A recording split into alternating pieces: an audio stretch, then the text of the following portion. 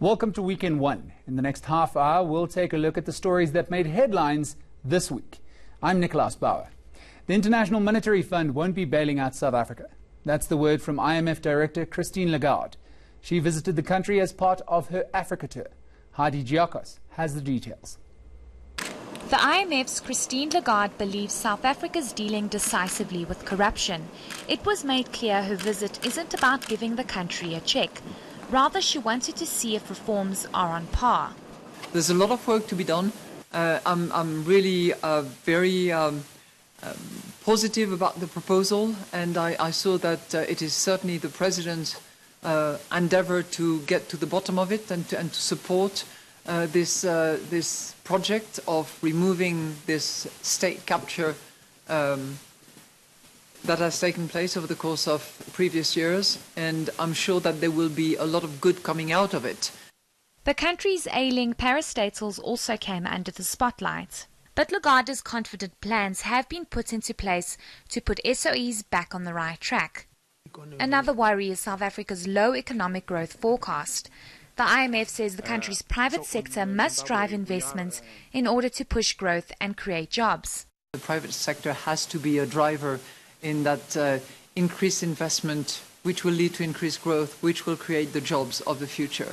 And there are no magic recipes.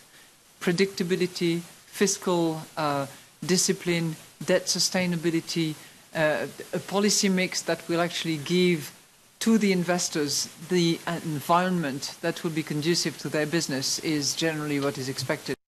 She described her talks with President Cyril Ramaphosa around land expropriation without compensation as excellent, saying the correct processes should be followed. Heidi Giakos, Pretoria. Tuesday marked a year since Cyril Ramaphosa was elected ANC president. But it hasn't been smooth sailing. The country's faced collapsing state-owned enterprises and a struggling economy, and even divisions within the governing party. Aldrin Sampier looks at some of the highlights of the past 12 months.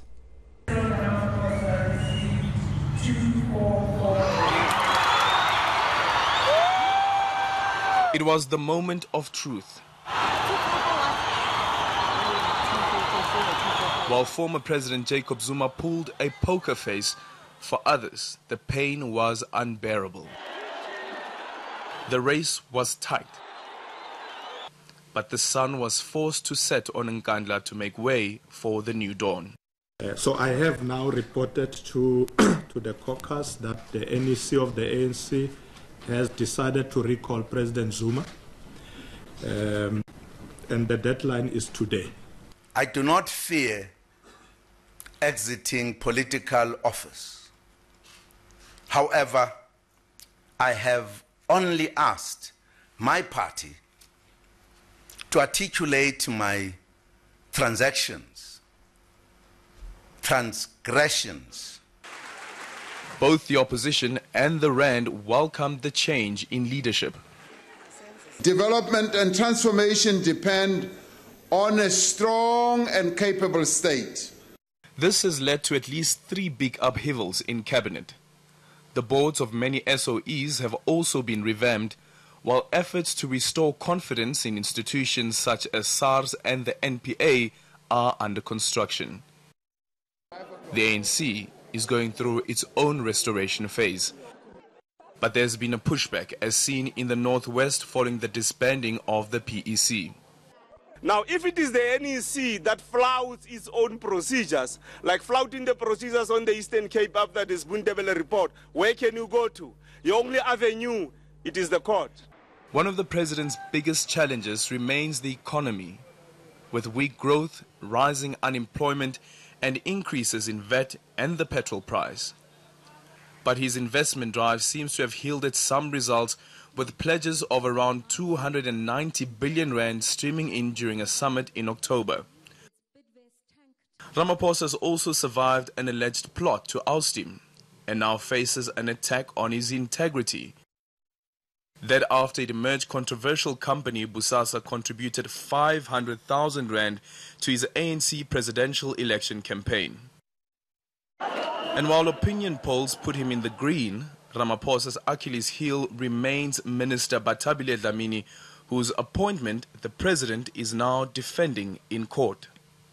Is Batabile Dlamini your choice, the minister, Batabile Dlamini? Batabile Dlamini is a Minister of Women, and she is doing a good job in advancing the cause of women in our country, and she's really raised the bar. All of his people.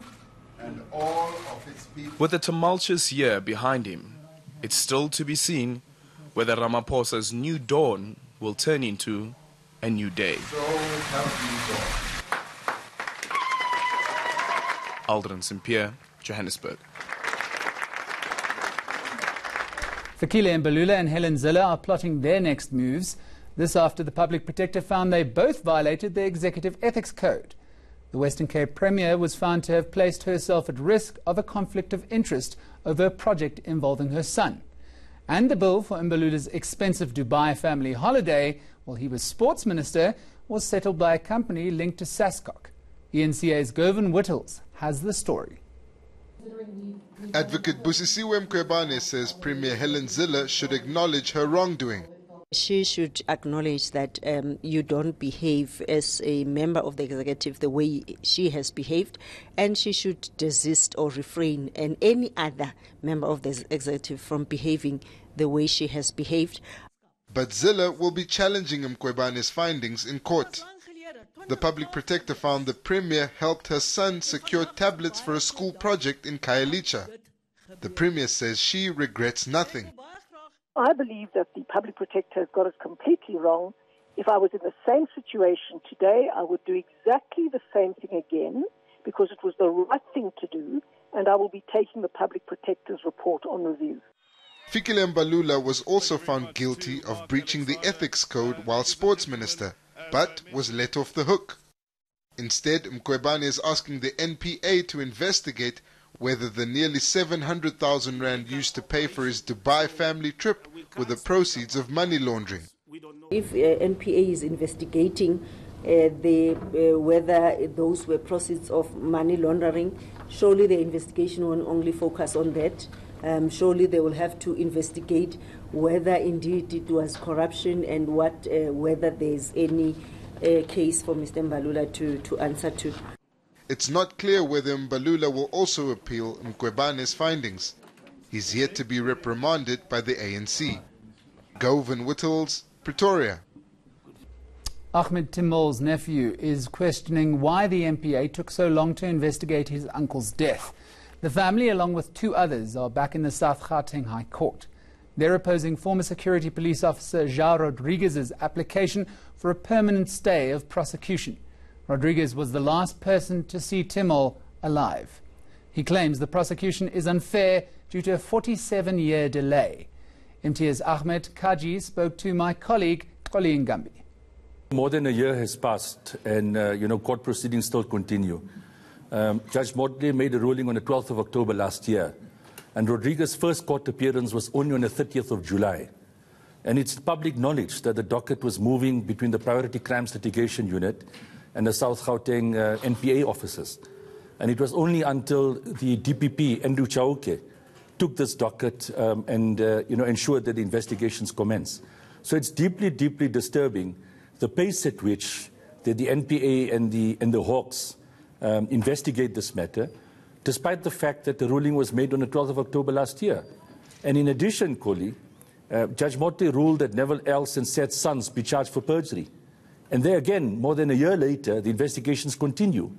And when I continue following up with the NPA, the feedback that is given is that the investigations are continuing. So deeply, deeply disturbing.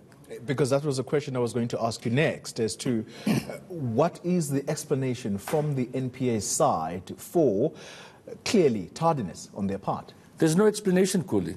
And this is the frightening part, that one would have imagined since the ruling made by Judge Motley, that these cases would have been given priority.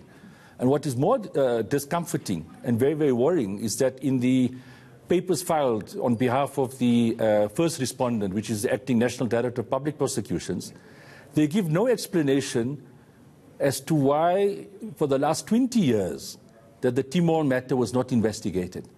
Remember, Koli, I had written to the NPA in 2002 asking them to investigate this matter. The TRC investigator Piers Pichot traced João Rodrigues in 1996, and yet the NPA failed to follow up on this particular matter. And in the appears today, they're continuing in the same vein. Because the application and the papers that they filed, they make absolutely no reference as to what was the main cause and what was the reason for them not pursuing this particular matter. Coming up, chaotic scenes in St. Francis Bay as a devastating fire rips through the Eastern Cape town. Details shortly.